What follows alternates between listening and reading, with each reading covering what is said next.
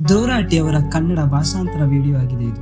ಇತ್ತೀಚಿನೆಡೆಗೆ film ಇಂಡಸ್ಟ್ರಿಯಲ್ಲಿ ಮುಸಲ್ಮಾನರು ವಿಲ್ಲನ್ಗಳಾಗಿ ಅವರು ಹೆಣ್ಮಕ್ಕಳನ್ನು ಒಂದು ಬೇಡದ ಸ್ಥಿತಿಯಲ್ಲಿ ಕಾಣುವುದು ಸಹಜವಾಗಿದೆ. ಆದರೆ ಒಂದು ಸೀನ್ ಮಾತ್ರ ಡಿಫ್ರೆಂಟ್ ಆಗಿತ್ತು. ಒಂದು ಹೆಣ್ಣಿಗೆ ಬಲಾತ್ಕಾರವಾಗಿ ಬೀಫ್ ಅನ್ನು ತಿನ್ನಿಸುವುದು, ಅದು ವೈರಲ್ ಕೂಡ ಆಗಿತ್ತು. ಕಮೆಂಟ್ ಓದಿದಾಗ ಅದರಲ್ಲಿ ಇದು ಕೇರಳ ಸ್ಟೋರಿ ಅಲ್ಲ, ಯಾವುದೋ ನಾರ್ತ್ ಇಂಡಿಯನ್ ಸ್ಟೋರಿ, ನಮಗೆ ಪರೋಟ ಜೊತೆ ಬೀಫ್ ಅಂತೂ ಬೇಕೇ ಬೇಕು ಎಂದು ಫನ್ನಿ ಕಮೆಂಟ್ ಅಲ್ಲಿ ಇತ್ತು.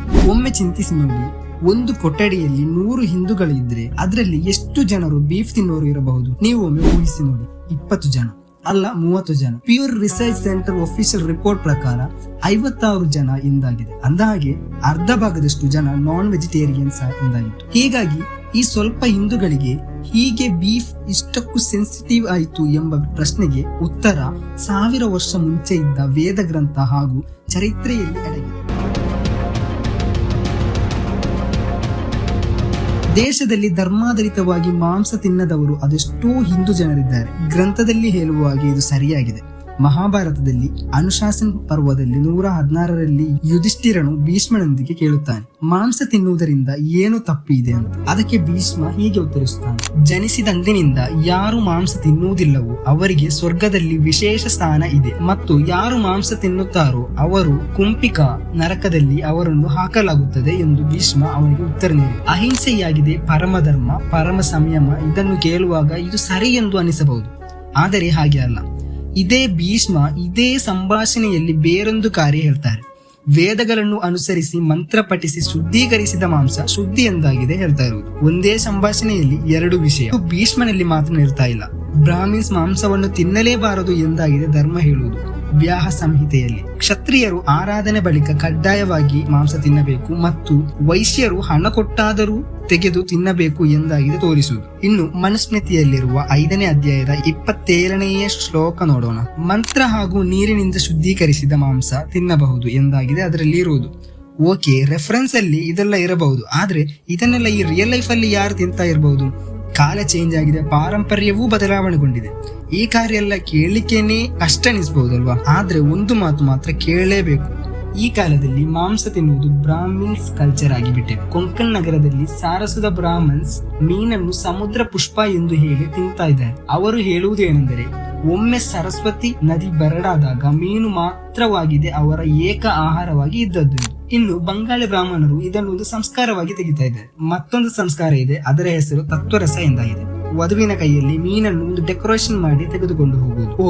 ಇದು ಮಾತ್ರ ಅಲ್ಲ, ತಾರಪೀಠ್ ದೇವಸ್ಥಾನದಲ್ಲಿ ಮೀನು ಮತ್ತು ಆಡುವಿನ ಮಾಂಸ ಕೊಡ್ತಾ ಇದ್ದಾರೆ. ಕೋಲ್ಕತ್ತಾ ಕಾಲಿಗತ್ ದೇವಸ್ಥಾನದಲ್ಲಿ ಆಡು ಮಾಂಸ, ಅಸ್ಸಾಂನಲ್ಲಿರುವ ಕಾಮಾಲಯ ದೇವಸ್ಥಾನದಲ್ಲಿ ಆಡುವಿನ ಮತ್ತು ಮೀನು ಮಾಂಸ, ಉತ್ತರ ಪ್ರದೇಶದಲ್ಲಿರುವ ತಾರಕುಲ ದೇವಿ ದೇವಸ್ಥಾನದಲ್ಲಿ ಆಡು ಮಾಂಸ, ಒಡಿಸ್ಸಾದಲ್ಲಿರುವ ವಿಮಲ ದೇವಸ್ಥಾನದಲ್ಲಿ ಮೀನು ಮತ್ತು ಆಡುವಿನ ಮಾಂಸ, ತಮಿಳುನಾಡು ಮುನಿಯಂಡಿ ಸ್ವಾಮಿ ದೇವಸ್ಥಾನದಲ್ಲಿ ಕೋಳಿ ಬಿರಿಯಾನಿ, ಮಟನ್ ಬಿರಿಯಾನಿ ಇದೆಲ್ಲ ಸಿಗ್ತದೆ. ಎಸ್ ಗೆಳೆಯರೆ, ಇದೆಲ್ಲ ಈಗ ನಡೀತಾ ಇದೆ.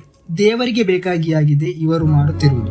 ಗ್ರಂಥದಲ್ಲಿ ಹೇಳುವುದು ಮೃಗಬಲಿ ಖಾಲಿ ಒಂದು ಸಂಸ್ಕೃತಿ ಮಾತ್ರ ಅಲ್ಲ, ಅದು ನಮ್ಮ ಒಳಗೆ ಇರುವ ಮೃಗೀಯ ಸ್ವಭಾವವನ್ನು ಬಲಿ ಕೊಡುವುದು ಎಂದಾಗಿದೆ. ಈಗ ಹಲವಾರು ಜನರಲ್ಲಿ ಒಂದು ಪ್ರಶ್ನೆ ಬಂದಿರಬಹುದು, ಪಾಂಡವರು ಮತ್ತು ಶ್ರೀರಾಮನು ಮಾಂಸ ತಿಂದಿರಬಹುದು, ಅಲ್ಲದ್ರೂ ಘೋರವನದಲ್ಲಿ ವಾಸಿಸುತ್ತಿದ್ದಾಗ ಯಾರಾಗಿದ್ದಾರೆ ಅವರಿಗೆ ಮಾಂಸವಲ್ಲದ ತಿಂಡಿ ತಿನಿಸು ಮಾಡಿಕೊಟ್ಟದ್ದು? ಜಸ್ಟ್ ಥಿಂಕ್ ಮಾಡಿದ್ರೆ ನಮಗೆ ಗೊತ್ತಾಗಬಹುದು ಏನು ಅಂತ. ಅಲ್ಲದ್ರೂ 12 ವರ್ಷ ಹೇಗೆ ಆ ವನದಲ್ಲಿ ಜೀವಿಸಿರಬಹುದೆಂಬ ಪ್ರಶ್ನೆ ನಮಗೆಲ್ಲರಿಗಿರಬಹುದು. ಮಹಾಭಾರತದ ವನಪರ್ವದಲ್ಲಿರುವ 256ನೇ ಅಧ್ಯಾಯಕ್ಕೆ ನೋಡುವ. ಯುಧಿಷ್ಠಿರನು ಒಂದು ಕನಸು ಕಾಣುತ್ತಾನೆ. ಇವರ ಗೆಳೆಯರೆಲ್ಲರೂ ಕಾಡಿನಲ್ಲಿರುವ ಎಲ್ಲಾ ಜಿಂಕೆಗಳನ್ನು ಕೊಂದರು. ಇನ್ನು ನಾವು ಮಾತ್ರ ಬಾಕಿ, ನಮ್ಮನ್ನು ನೀವು ಕೊಲ್ಲದೆ ಪ್ರಾಣ ಭಿಕ್ಷೆ ನೀಡಬೇಕು ಎಂದು ಆ ಜಿಂಕೆಗಳು ಯುಧಿಷ್ಠಿರನಲ್ಲಿ ದೂರು ಹೇಳುತ್ತದೆ.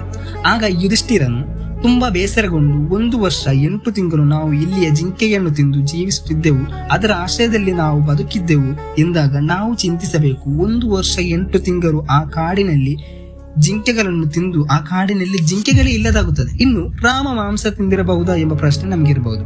ಹೌದು, ರಾಮನು ಮಾಂಸ ತಿಂದ ಅನೇಕ ಉದಾಹರಣೆಗಳು ಇದೆ. ಸ್ವಾಮಿ ವಿವೇಕಾನಂದರು ತನ್ನ ಪುಸ್ತಕವಾದಂತಹ ದಿ ಈಸ್ಟ್ ಅಂಡ್ ವೆಸ್ಟ್ ಅಲ್ಲಿ ಹೀಗೆ ಹೇಳುತ್ತಾರೆ, ರಾಮಾಯಣ ಮಹಾಭಾರತದಲ್ಲಿ ಕಾಣಲು ಸಾಧ್ಯವಾಗುವುದೇನೆಂದರೆ, ರಾಮ ಮತ್ತು ಕೃಷ್ಣ ಮದ್ಯ ಹಾಗೂ ಮಾಂಸವನ್ನು ತಿನ್ನುತ್ತಿದ್ದರು. ಅಲ್ಲದೆ ಸೀತಾದೇವಿ ಗಂಗಾದೇವಿಗೆ ಮಾಂಸ, ಅಕ್ಕಿ ಮತ್ತು 1000 ಮದ್ಯದ ಕುಂಭಗಳನ್ನು ಅರ್ಪಿಸುವೆ ಎಂದು ವ್ರತ ಮಾಡುತ್ತಾಳೆ. ಈಗ ನಮಗೆ ಗೊತ್ತಾಯಿತು ಇದು ಸರ್ವಸಾಧಾರಣೆಯಾಗಿ ನಡೆಯುವ ಒಂದು ಕಾರ್ಯವಾಗಿದೆ ಎಂದು. ಕೆಲವರಿರುತ್ತಾರೆ ಮದ್ಯವನ್ನು ಜೇನೆಂದು, ಮಾಂಸವನ್ನು ಬೇರು ಎಂದು ಕರೆಯುವವರು. ಅವರ ವ್ಯಾಖ್ಯಾನದಲ್ಲಿ ವೆಜಿಟೇರಿಯನ್ ಅನ್ನು ಪ್ರೋತ್ಸಾಹಿಸುವುದಾಗಿದೆ. ಆದ್ರೆ ಸತ್ಯ ಏನಂದ್ರೆ ನಾನೊಬ್ಬ ವೆಜಿಟೇರಿಯನ್ ಆಗಿದ್ದೇನೆ, ಇದುವರೆಗೂ ಮಾಂಸ ತಿಂದಿಲ್ಲ, ಹಾಗಂತ ನಾನ್ ವೆಜ್ ಅನ್ನು ಪ್ರಮೋಟ್ ಮಾಡ್ತಾನೂ ಇಲ್ಲ. ಗ್ರಂಥದಲ್ಲಿರುವ ಸತ್ಯಗಳನ್ನು ಹೊರಗೆ ತೋರಿಸುವುದಾಗಿದೆ ನನ್ನ ಉದ್ದೇಶ. ಅಂದ್ರೆ ಹಿಂದೂ ಧರ್ಮ ವೆಜಿಟೇರಿಯನ್ ಮಾತ್ರ ಪ್ರೋತ್ಸಾಹಿಸುವುದು ಎಂದು ಹೇಳುವುದು ತಪ್ಪಾಗಿದೆ. ಬೃಹದಾರಣ್ಯಕ ಉಪನಿಷತ್ 6ನೇ ಅಧ್ಯಾಯ 4ನೇ ಭಾಗದಲ್ಲಿರುವ 18ನೇ ಶ್ಲೋಕ ನೋಡುವ.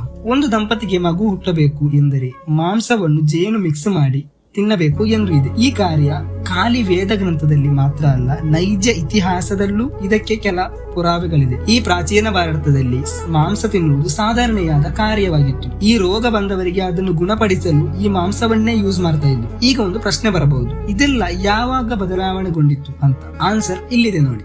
BC 5ನೇ ಶತಮಾನದಲ್ಲಿ ಆಗಿದೆ ಇದು ನಡೆದದ್ದು. ಯಾರಾದ್ರೂ ಭಿಕ್ಷುವಿಗೆ ಭಿಕ್ಷೆಯಾಗಿ ಮಾಂಸ ಕೊಡುವುದಾದರೆ ಭಿಕ್ಷು ಅದನ್ನು ತಿನ್ನಬೇಕು ಎಂದು ಗೌತಮ ಬುದ್ಧನು ಹೇಳುತ್ತಾನೆ. ಕಾರಣ ಭಿಕ್ಷುಗಳಿಗೆ ಒಂದನ್ನು ಕೇಳಿ ಪಡೆಯಲು ಸಾಧ್ಯವಿಲ್ಲ.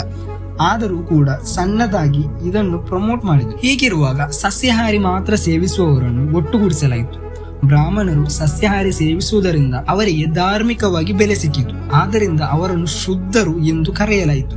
ಅವರ ದೈನಂದಿನ ಖರ್ಚು ಅವರಿಗೆ ನೋಡಲು ಸಾಧ್ಯವಾಯಿತು. ಕಾರಣ ವೆಜಿಟೇರಿಯನ್ ಆಗುವುದು ಎಂದರೆ ಅಂದಿನ ಕಾಲದಲ್ಲಿ ಶ್ರೀಮಂತರ ಪಟ್ಟಿಯಲ್ಲಿ ಒಳಪಟ್ಟವರು ಎಂದಾಗಿತ್ತು. ಇದನ್ನು ತಿನ್ನುವವರು ಸಾಧ್ಯವಿರುವವರು ಶುದ್ಧರು, ಅದಲ್ಲದವರು ಅಶುದ್ಧರು ಎಂದು ಪ್ರಕಟಿಸಿದರು. ದಲಿತ್ ಬೇರೆ ಕ್ಯಾಟಗರಿಯಾಗಿತ್ತು. ಅವರು ದರಿದ್ರರಾಗಿದ್ದರಿಂದ ಅವರು ಮಾಂಸ ತಿನ್ನುವುದನ್ನು ನಿಲ್ಲಿಸಲೇ ಇಲ್ಲ. ಇದಾಗಿದೆ ಇತಿಹಾಸ. ಗವರ್ಮೆಂಟ್ ಸರ್ವೆ ಪ್ರಕಾರ ಭಾರತದಲ್ಲಿ ನಾನ್ ವೆಜಿಟೇರಿಯನ್ಸ್ ಅಧಿಕ ಎಂದಾಗಿದೆ ವರದಿ. 63ರಿಂದ 77% ನಾನ್ ವೆಜಿಟೇರಿಯನ್ ತಿನ್ನುವರಾಗಿದ್ದಾರೆ. ಇದರಲ್ಲಿ 44% ಹಿಂದೂಗಳು ಅಂಡ್ ಜೈನ ಮತದಲ್ಲಿ 92% ಆಗಿದ್ದಾರೆ ವೆಜಿಟೇರಿಯನ್ಸ್. ಇದರಲ್ಲಿ ತಿಳಿಯುವುದೇನೆಂದ್ರೆ ಜೈನ ಮತವಾಗಿದೆ ಅತ್ಯಂತ ಉನ್ನತ ಶ್ರೇಣಿಯಲ್ಲಿ ಅಂತ. ಹಾಗಾದ್ರೆ ಬಾಕಿ ಹಿಂದೂಗಳು ಏನು ಅಂತ ಪ್ರಶ್ನೆ ಬರಬಹುದು. ಹಾಗಾದ್ರೆ ಅವರು ಪ್ರತ್ಯೇಕ ದಿವಸದಂದು ಮಾಂಸ ತಿನ್ನುವುದಿಲ್ಲ, ಮಂಗಳವಾರ ತಿನ್ನುವುದಿಲ್ಲ, ನವರಾತ್ರಿ ಎಂದು ತಿನ್ನುವುದಿಲ್ಲ, ಶ್ರಾವಣ ತಿಂಗಳಲ್ಲಿ ತಿನ್ನುವುದಿಲ್ಲ, ಹೀಗೆ ಅನೇಕ ದಿನದಲ್ಲಿ ಅವರು ಮಾಂಸ ತಿನ್ನುವುದಿಲ್ಲ. 2006ರಲ್ಲಿ ನಡೆದ state of the nation survey ಪ್ರಕಾರ 88% ಟ್ರೈಬಲ್ಸ್ ಮಾಂಸ ತಿನ್ನುತ್ತಾರೆ ಮತ್ತು ಬ್ರಾಹ್ಮಣರಲ್ಲಿ 45% ಮಾಂಸ ತಿನ್ನುವವರು ಇದ್ದಾರೆ ಎಂದಾಗಿದೆ ವರದಿ. ಕರೆಕ್ಟ್ ಕೇಳಬೇಕು, 45% ಮಾಂಸಾಹಾರಿ ತಿನ್ನುವವರು ಬ್ರಾಹ್ಮಣರು ಎಂದಾಗಿದೆ ಹೇಳ್ತಾ ಇರೋದು. ನಾವು ಕೇರಳದಲ್ಲಿ ನೋಡಿದ್ರೆ ಅಲ್ಲಿ ಸಸ್ಯಾಹಾರಿ ತಿನ್ನುವ ರೀತಿಯಲ್ಲಿ ಬೀಫ್ ಕೂಡ ತಿನ್ನುತ್ತಾ ಇದ್ದಾರೆ. 2017ರಲ್ಲಿ ಮಲಪ್ಪುರಂ ಜಿಲ್ಲೆಯಲ್ಲಿ ಶ್ರೀ ಪ್ರಕಾಶ್ ಅವರು ಹೇಳಿದ್ದು ಏನೆಂದ್ರೆ, ನನ್ನನ್ನು ಈ ಬೈ ಎಲೆಕ್ಷನ್ ಅಲ್ಲಿ ವೋಟ್ ಆಗಿ ಜಯಿಸಿದರೆ ಎಲ್ಲ ಅಂಗಡಿಗಳಲ್ಲೂ ಬೀಫ್ ಮಾರಲು ಅನುಮತಿ ಪೂರ್ಣವಾಗಿಯೂ ನೀಡುತ್ತೇನೆ ಎಂದಾಗಿದೆ. ಹೋಗ್ಲಿ, ಹೆಂಗಸರು ಗಂಡಸರ ಮಧ್ಯೆ ಯಾರು ಜಾಸ್ತಿ ಮಾಂಸ ತಿನ್ನುವುದು ಎಂದು ನೋಡಿದರೆ 70% ಹೆಂಗಸರು, ಕೆಲವೊಮ್ಮೆ ಮಾತ್ರ ಮಾಂಸ ತಿನ್ನುವುದು ಎಂದಾಗಿದೆ. ಆದ್ರೆ ಗಂಡಸರಲ್ಲಿ ಅದು 83% ಆಗಿದೆ. ಇಷ್ಟೆಲ್ಲ ಆದ್ರೂ ಕೆಲವರು ನಾವು ಮಾಂಸ ತಿನ್ನದೇ ಇರುವುದು ಧರ್ಮಾಧಾರಿತವಾಗಿದೆ ಎಂದು ಹೇಳ್ತಾರೆ.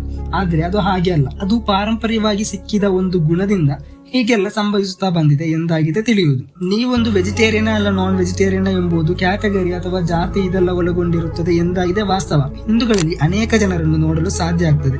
ಅಘೋರಿ ಸನ್ಯಾಸಿಗಳು ಅವರು ಸತ್ತವರ ಶವವನ್ನೇ ತಿಂದು ಬಿಡ್ತಾರೆ. ಹೋಟೆಲ್ಗೆ ಹೋಗುವಾಗ ಪ್ಲೇಟ್ ತೆಗೆದುಕೊಂಡು ಹೋಗಿ ನಂತರ ಅದೇ ಪ್ಲೇಟ್ ಅನ್ನು ತೊಳೆದು ಬ್ಯಾಗಿನಲ್ಲಿ ಇಡುವ ಸುಧಾಮೂರ್ತಿ ಅವರಂತಹ ಜನರನ್ನು ನಾವು ನೋಡ್ಬೋದು. ಯಾಕಂದ್ರೆ ಅವರಿಗೆ ಅಲ್ಲಿರುವ ಪಾತ್ರೆಯಲ್ಲಿರುವ ಮಾಂಸಾಹಾರಿ ವಾಸನೆ ಬರಬಾರದು ಎಂದಾಗಿದೆ ಅದರ ಉದ್ದೇಶ. ಅಷ್ಟಕ್ಕೂ ಒಂದು ಪ್ಯೂರ್ ವೆಜಿಟೇರಿಯನ್ ಆಗಿದ್ದಾರೆ ಅವರು. प्योर वेज वाले किधर भी ले जाओ इनको प्लेट सुनते रहे मेरे को ना इसमें मटन का स्मेल आ रहा है. ನಿಮಗೆ ಒಂದು ವೆಜಿಟೇರಿಯನ್ ಆಗ್ಬೇಕಾ? ಖಂಡಿತ ಆಗಿ ಒಳ್ಳೆಯದು. ಈ ವೆಜಿಟೇರಿಯನ್ ಫುಡ್ ತಿನ್ನುವವರು ಜಾಸ್ತಿ ಕಾಲ ಜೀವಿಸುತ್ತಾರೆ ಎಂದಾಗಿದೆ ರಿಪೋರ್ಟ್. ಹಾಗಾಗಿ ನನ್ನ ಹಾಗೆ ನೀವು ಕೂಡ ವೆಜಿಟೇರಿಯನ್ ಆಗಿ. ಅದು ಬಿಟ್ಟು ಮಾಂಸಾಹಾರಿ ತಿಂದ್ರೆ ಅದಾಗ್ತದೆ, ಅದು ಅಶುದ್ಧ ಎಂದು ಹೇಳ್ಬೇಡಿ.